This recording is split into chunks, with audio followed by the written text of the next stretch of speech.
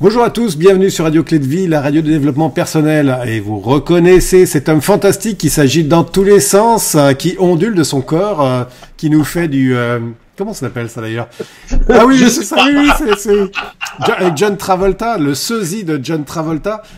Je présente Michel Poulard. Bonjour Michel. Bonjour Alexandre, comment vas-tu aujourd'hui? Ah bah moi je suis super motivé, hein. Ouh. C'est vrai? Non, j'adore ça. Le contraire m'aurait étonné. Moi aussi je suis très très motivé. Mais d'ailleurs Alexandre, motivé, c'est pas un petit peu le sujet de notre émission aujourd'hui? En plus, ça tombe bien. Et Alexandre, je vais te surprendre et je vais surprendre nos auditeurs. C'est moi qui vais te poser une question. Oh, Dios, je suis dans le trouble.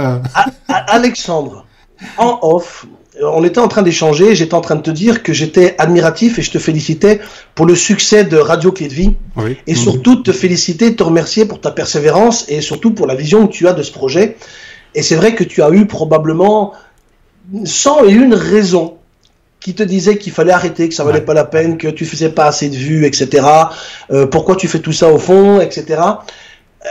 Tu es probablement passé par là. Ah oui, clairement, oui. Qu'est-ce qui t'a motivé à persévérer? C'est mon chemin de vie et le fait que je voyais commencer à poindre à l'horizon un certain nombre de résultats. Et puis en effet, mon don, mon envie de donner à tout le monde le maximum de clés possibles. Donc c'est ça qui me motive en fait. Le don de soi. Eh bien, c'est une merveilleuse introduction que je voulais te laisser à toi parce que je voulais que tu sois aussi un peu à l'honneur parce que tu mets tous les autres à l'honneur. Ouais. Tu interviews les gens et c'est toi qui les mets en lumière. Eh bien, moi, j'avais envie, au travers de cette émission, faire comprendre à nos auditeurs que si nous sommes là aujourd'hui, c'est parce que tu as su garder la motivation et je fais preuve de gratitude. Je te remercie pour ça aussi. Et je te félicite en même temps parce que aujourd'hui, Radio Clé de Vie a probablement beaucoup de belles années devant lui. En tout cas, c'est tout ce que je te souhaite. Et bravo d'avoir gardé la motivation. Bravo. Merci beaucoup, Michel. Ça me touche énormément ce que tu me dis. Merci beaucoup. C'était pas prévu, tu vois. Non, c'était pas prévu. On est dans l'instant présent et j'adore ça. C'est clair. Ouais. Et je m'attendais à te faire la surprise. Je voulais la faire, mais je voulais surtout faire comprendre à nos auditeurs que si on se regarde aujourd'hui, c'est parce que tu as su persévérer et que tu es quelqu'un de motivé. Et justement, c'est le sujet de notre émission. J'ai plein de frissons maintenant. Ah, Michel, tu me mets les frissons partout. Transpiration. C'est vrai que tu as raison, j'ai pas l'habitude d'être sur le devant de la scène et je mets beaucoup plus on voit en live ce que a pour effet la gratitude. On en parlait dans une autre émission, tu vois. Être reconnaissant pour les autres et savoir mettre l'autre en lumière, ça fait du bien. Hein. Clairement, oui. Alors, motivation. La motivation, c'est quelque chose qui pour moi est toujours très proche de l'optimisme. Hein, donc tu vois, je suis expert en optimisme et forcément je suis quelqu'un de très motivé. Il n'y a pas de motivation sans optimisme et vice versa. Il n'y a pas d'optimisme sans motivation parce que l'un sans l'autre, à mon avis, l'un et l'autre se nourrissent l'un et l'autre. Et selon moi, la motivation et avec l'enthousiasme et l'optimisme ont ce point en commun, c'est d'être une énergie. C'est que la motivation est une énergie qui pousse à l'action. D'ailleurs, la motivation, moteur, c'est le moteur de l'action. La motivation, c'est le moteur qui pousse à l'action. Quel est ce moteur qui pousse à l'action? Un moteur, c'est quoi? C'est quelque chose qui est relatif au mouvement. Un moteur qui ne bouge pas, un moteur inerte, t'as un moteur, c'est bon, mais s'il ne bouge pas, ça sert à rien. Ça avance pas. Ça avance pas. Quelles sont ces raisons qui vont faire que tu seras en mouvement? Et là, c'est pas juste métaphorique, c'est même au sens propre du terme. La motivation, c'est ce qui crée cette énergie qui nous permet de réaliser un objectif, un rêve. La motivation, c'est le lien qu'il y a entre l'imagination, le rêve, le projet et son projet réalisé, sa fin, sa réalisation finale. Entre les deux, il y a la motivation. Sans cela, le rêve reste un rêve, et un rêve qui n'est pas doté de motivation, c'est l'utopie. C'est un conte de fées. Voilà, c'est tout ce que tu veux, mais un rêve est fait pour être réalisé, en tout cas dans ce sens-là. Je ne parle pas des rêves nocturnes, mais je parle des rêves dans la réalisation des choses. Donc, en gros, la motivation, c'est le mobile. C'est notre mobile qui nous pousse à aller agir. Vous savez, tu sais, quand on a des scènes de crime, on dit souvent quel a été le mobile du crime. Hein, on remet un petit peu ce sens, le mobile du crime. Qu'est-ce qui a poussé cette personne à passer à l'action? Ouais. Tu vois, je parle d'une série télévisée pour faire comprendre un principe. En fait. Quel est donc le mobile? Quel est votre mobile? Quel est le mobile dans votre vie qui vous permet de passer à l'action? Quel est ce mobile qui vous permet le matin de vous lever et de vous dire aujourd'hui j'ai un truc génial à faire? Si le matin tu te lèves sans un mobile valable qui va te permettre d'agir, tu risques de passer une très mauvaise journée. Ouais. Si tu n'as pas de raison qui te permet de dire aujourd'hui je vais faire quelque chose d'extraordinaire, ou au moins faire de belles rencontres, ou au moins vivre une expérience, eh bien tu vas passer probablement une mauvaise journée. Donc, la motivation, on l'a compris maintenant, c'est ce qui pousse à l'action. Maintenant que ça c'est clair et que beaucoup de gens l'auront compris, et pour certaines personnes ce sera peut-être une évidence, on va peut-être passer sur quelque chose qui est moins évident. C'est quand on n'est pas motivé, qu'est-ce qu'on fait? Voilà, c'est ça. Qu'est-ce qu'on fait? Alors, pour plusieurs raisons. Parce qu'il y en a beaucoup qui sont pas motivés. Quand on s'ennuie mortellement à la maison, qu'est-ce qu'on fait? Quand j'ai pas envie, qu'est-ce que je fais? Alors, laisse-moi te rassurer, toi et ceux qui nous regardent, c'est qu'on a tous le droit de ne pas avoir envie. D'accord? Donc ça, c'est super important, c'est de ne pas culpabiliser, de ne pas avoir envie. C'est complètement naturel, notre corps et notre esprit, c'est comme une machine, à un moment donné, on ne peut pas être tout le temps à 300 km/h. D'ailleurs, même dans les courses automobiles et des voitures qui font 300 km/h, les 24 heures du Mans, au bout de 24 heures, les voitures sont mortes, elles sont inutilisables. Parce qu'elles ont, pendant 24 heures, elles ont tourné à fond dans les tours. Eh bien, pour nous, c'est pareil. Il y a des moments où il va falloir avoir des pauses, et il y a des moments où il faut savoir accepter qu'on n'a pas envie.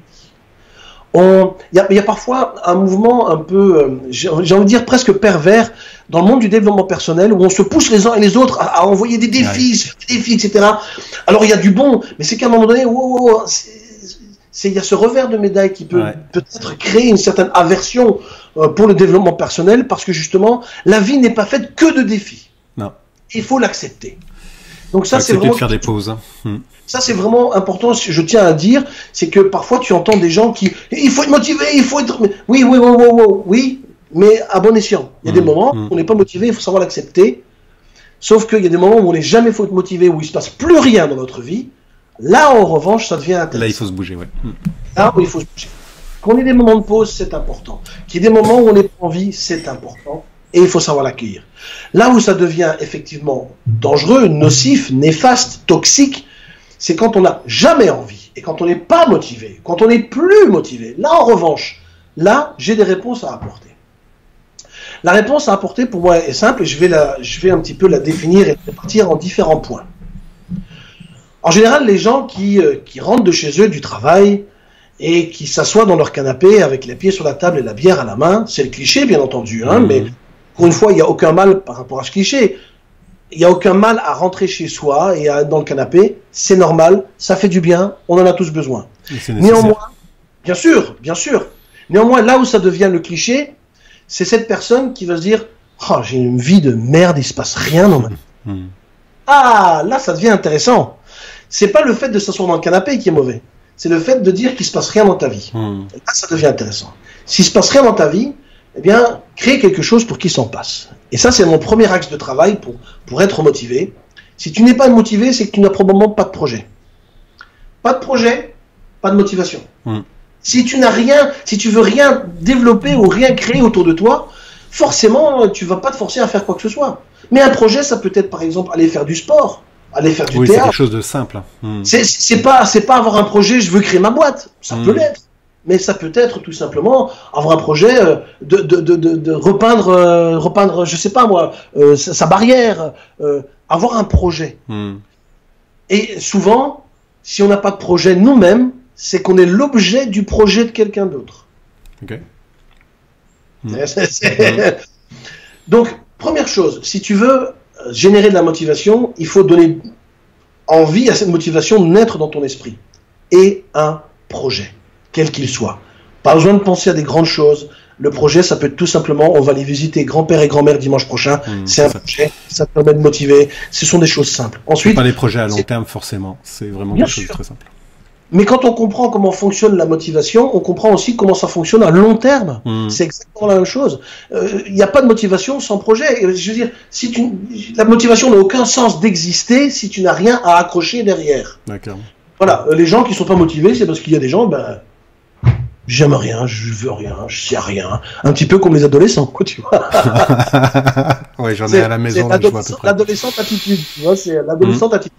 C'est quoi? C'est quand, effectivement, et puis même, ça permet aussi de prendre du recul par rapport à ça.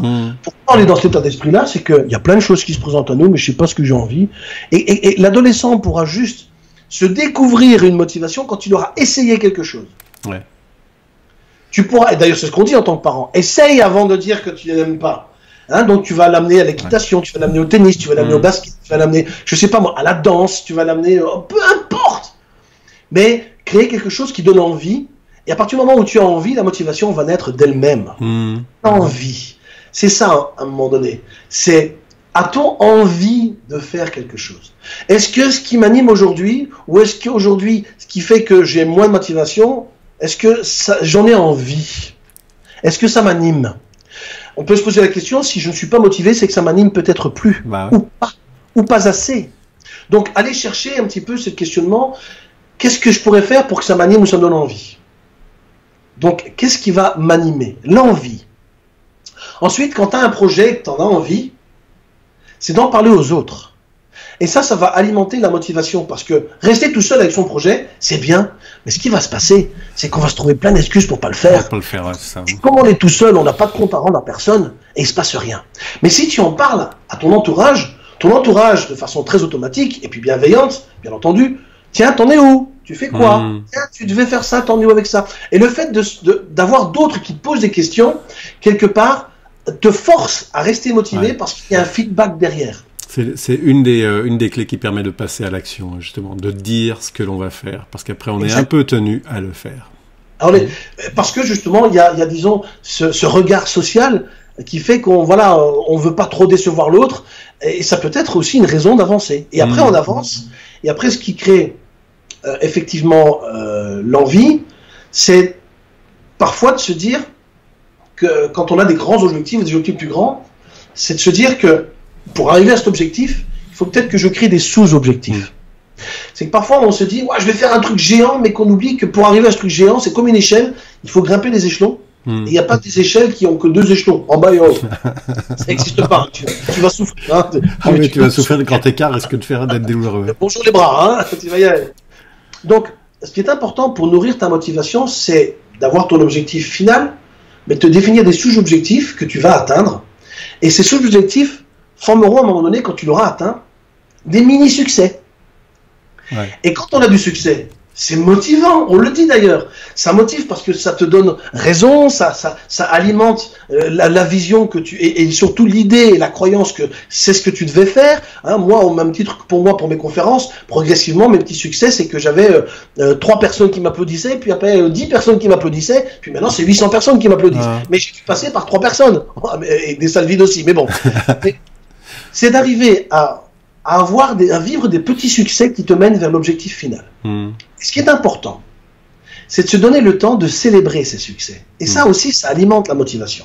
C'est quand tu sens que tu as gagné quelque chose, que tu as avancé, que tu as réussi quelque chose. C'est de te le célébrer et de te dire, super, aujourd'hui je célèbre, je bois à ma santé, je suis content, j'ai réussi ce petit objectif, mais qui construit mon grand objectif. Mon premier objectif quand je suis devenu conférencier, c'était de remplir une salle de 80 personnes que j'ai payé de mes propres deniers en prenant le risque de le faire. J'ai réussi à remplir cette première salle, ça m'a motivé. Premier objectif atteint. Le retour, c'est que le public a été super enthousiaste. Waouh! Ça m'a motivé. C'est sûr que si d'emblée j'avais une salle vide, ça m'aurait plombé, mais j'ai d'autres raisons à m'accrocher. Mais voilà, donc célébrer ses propres succès. Et puis, le fait d'en parler aux autres, c'est effectivement pour avoir un retour des autres, mais c'est aussi de ne pas rester seul.